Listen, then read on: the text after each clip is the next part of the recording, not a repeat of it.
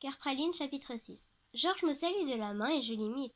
Une bouffée de joie m'envahit alors que je m'avance sur le sable tiède pour le rejoindre. Bien sûr, Coco est plus rapide que moi. Georges, s'écrie-t-elle, on ne pensait plus que tu viendrais. Approche, je vais te présenter Chéri, Stevie et Shay. Tu connais déjà Tommy, je crois. Le nouveau venu me jeta un coup d'œil amusé avant de se laisser entraîner vers le feu. Salut, lance-t-il à la cantonade. Merci de m'avoir invité. Bienvenue, Georges, répondent Chéri, Stevie et Shay. Content de te revoir, dit Tommy. Chéri sort une bouteille de limonade maison du trou d'eau dans laquelle on l'avait mise à rafraîchir. Elle en sert un grand verre à Georges, pendant que Stevie dépose un marshmallow grillé entre deux biscuits nappés de chocolat. Le campeur accepte le tout avec reconnaissance avant de prendre place près du feu. J'ai eu du mal à vous trouver, avoue-t-il. Je me suis un peu perdu. Et puis j'ai été retardé au moment de partir. La vieille dame qui vit à côté du bois des noisetiers avait oublié de fermer la barrière de son champ. Ses moutons étaient éparpillés sur la route. Il nous a fallu plus d'1 heure pour tous les rentrer. Tu parles de Rose Brown, suppose Tommy, et du chant des soupirs. Elle a du cran de vivre encore là-bas toute seule à 70 ans passés. D'habitude, elle s'occupe très bien de ses moutons. Elle a dû avoir un moment d'inattention. Oui, elle a même cru que c'était moi qui leur avais ouvert, nous avoue Georges. Mais je lui ai juré que je ne m'étais pas approchée de l'enclos et elle a fini par me croire. Enfin, j'espère. Ça ne lui ressemble pas, vraiment pas, se donne encore Tommy. J'espère qu'elle va bien. Enfin, ce qui compte, c'est que tu aies pu venir. Je n'aurais manqué ça pour rien au monde, réplique Georges en venant s'asseoir à côté de moi. Oui, on est plutôt bien ici, je bégayais pendant que Shay reprend sa guitare. Il y a tout ce qu'il faut. Le soleil, la mer, un bon feu de camp et de la musique. C'est 1000 fois mieux que rester assis sous ma tente à lire avec une lampe torche, reconnaît Georges. C'est presque une plage privée ici. Oui, on dirait des fois. Notre maison est juste là-haut, là, en haut de la falaise. On a beaucoup de chance. Pour moi qui habite un appartement à Bristol, tout ça, c'est l'aventure. Camper dans les bois, imaginer à quoi la vie pouvait ressembler ici il y a 1000 ans. Vous rencontrer, je n'en espérais pas tant. Donc, Sky, si j'ai bien compris, Coco est ta sœur et Chérie ta demi-sœur. Exact. Je t'ai déjà parlé de ma jumelle, Summer, celle qui est dans une école de danse. Physiquement, c'est mon portrait craché, mais on a des personnalités très différentes. On a aussi une sœur aînée, Oney, qui est en vacances à Londres, et un demi-frère dans le nord du pays. Sacrée famille! Oui, une vraie tribu. Et toi, tu as des frères et sœurs? Et qu'est-ce qui t'a poussé à venir chercher des clous rouillés dans le Somerset? Ne te moque pas, c'est une activité très sérieuse. Pour répondre à ta première question, j'ai 2 grands frères. Ma mère est assistante sociale et je n'ai plus de contact avec mon père. À part ça, je suis passionnée par l'histoire, obsédée même, diraient certains. Mais je n'y peux rien. Les US et coutumes d'autrefois me fascinent. Je te rassure, j'ai bien conscience de passer pour un allumé. Pas du tout, moi aussi. J'aimerais me trouver un projet pour l'été. Je pensais retracer l'histoire de Kitnor à travers une exposition de vêtements. Mais pour ça, il me faudrait des tenues anciennes. Et je ne suis pas sûre qu'un détecteur de métaux m'aide beaucoup. Mais une annonce dans les vitrines des magasins ou dans le journal, me conseille Georges. Les habitants du village seront sûrement ravis de participer. Bonne idée. En plus, ça tombe bien, Chérie est au stage au Clairon. Elle va pouvoir me faire de la pub. Je vais rédiger un petit texte et lui demander ce qu'elle en pense. Voilà, problème réglé, conclut Georges. Et ma proposition tient toujours. Si tu veux essayer le détecteur, c'est quand tu veux. On fera moitié-moitié si on découvre un trésor enfoui. Avec plaisir. Pourquoi pas demain? Rendez-vous à l'orée du bois des noisetiers à midi? D'accord, j'ai hâte. Shay termine l'une de ses compositions, puis enchaîne avec des chansons réclamées par l'Assemblée. Quand le soleil disparaît à l'horizon dans un brasier rouge et doré, Georges me confie qu'il n'a jamais rien vu de tel à Bristol.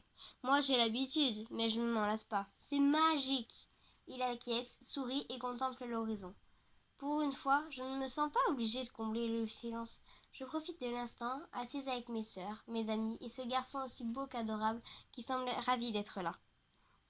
Lorsque Shay pose enfin sa guitare, le feu n'est plus qu'un amas de braise et les étoiles brillent dans le ciel. Je vais y aller, annonce-t-il.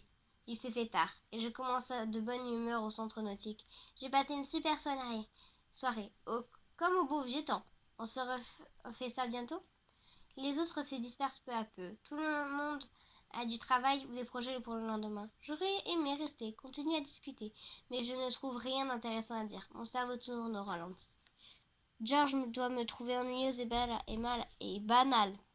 Il doit regretter d'être venu. Il brise le silence. Moi aussi, je ferai mieux de rentrer, déclare-t-il en regardant les vagues. Merci pour cette soirée. La prochaine fois, j'essaierai d'arriver plus tôt. Enfin, si vous me réinvitez. Il envisage de me revoir. Le soulagement me donne des ailes. J'ose le taquiner. Ah ça, tu verras bien. Pas de problème, je suis patient. Bon, je file. J'espère que je ne vais pas me perdre.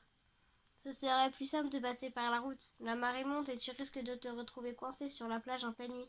Suis-moi, je vais te montrer. Je le précède dans l'escalier de la falaise. Une fois en haut, nous traversons la pelouse. Derrière les arbres décorés et des lampions, on distingue la maison. Waouh! S'exclame Georges. C'est magnifique! Tu ne m'avais pas dit que tu vivais dans un château.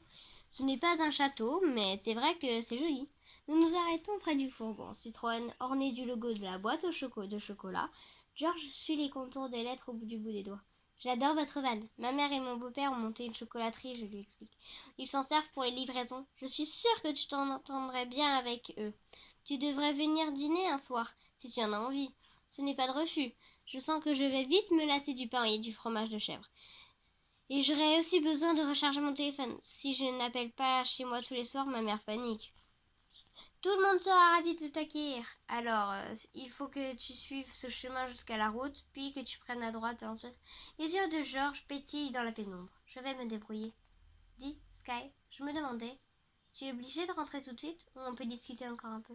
Oh non, je ne suis pas pressée. Mon couvre-feu est à 23 heures, mais techniquement, je suis chez moi. Il s'adosse contre un arbre et je m'assieds en tailleur à côté d'eux. Il fait bon dans le jardin, à l'abri du vent, mais je m'enveloppe quand même dans mon châle. Des oiseaux chantent au-dessus de nos têtes. J'entends la porte de derrière s'ouvrir. Maman laisse sortir Fred pour un dernier tour avant la nuit. Sky m'appelle-t-elle. Je lui réponds que je suis là et que je ne vais pas tarder. Fred rentre. La lumière s'éteint dans la cuisine, puis dans le salon. Le calme revient autour de nous. C'est marrant, murmure Georges. Il y a 2 heures, quand j'aidais Madame Brown à rassembler ses moutons, j'étais à 2 doigts de ne pas venir. Heureusement que je n'ai pas changé d'avis. Tes sœurs et tes amis sont super sympas. Je suis contente que tu sois venue. C'est rare de croiser quelqu'un qui soit aussi passionné que moi par l'histoire que moi. Je te retourne le compliment. Des fois, j'aimerais avoir le pouvoir de voyager dans le temps pour voir comment était le monde. Avant, ça t'arrive de te demander qui vivait ici avant ta naissance? Longtemps avant ta naissance, bien sûr. Souvent, oui. À certains moments, j'ai presque l'impression de sentir le passé, de distinguer les ombres des disparus qui nous entourent. Je vois ce que tu veux dire. C'est aussi ce que j'ai ressenti dans la forêt. Il y plane une espèce d'aura, comme un écho d'autrefois. Tu dois me prendre pour un fou. Pas du tout. Peut-être parce que tu sembles toi-même surgi du passé. Ça te va bien, d'ailleurs. Je n'avais jamais rencontré de fille comme toi, Sky. Il me prend par la main et nos doigts s'entrelacent sur le tapis de Pâquerette. Même si mon cœur fait un petit bond dans ma poitrine, ce geste me paraît naturel. Tant que nous continuons à parler et à rire, je me rapproche de lui et je drape mon châle autour de nous. J'ai dû m'assoupir car soudain le ciel s'éclaire de lueurs roses et mauves. On a discuté pendant des heures, ça je m'en souviens, et le jour va bientôt se lever. Georges est roulé en boule au pied de l'arbre. Il doit être épuisé. Je traverse la pelouse pour aller chercher une couverture dans la roulotte. Après l'en avoir recouvert, je rentre dans la maison. L'horloge de la cuisine indique 4 heures. Le sourire aux lèvres, je regagne ma chambre. Je n'avais jamais passé autant de temps à tête avec un garçon. On a tellement de choses à se dire, tellement de choses à faire, tellement de choses à découvrir l'un sur l'autre. J'ai déjà hâte de le revoir demain midi. Enfin, tout à l'heure.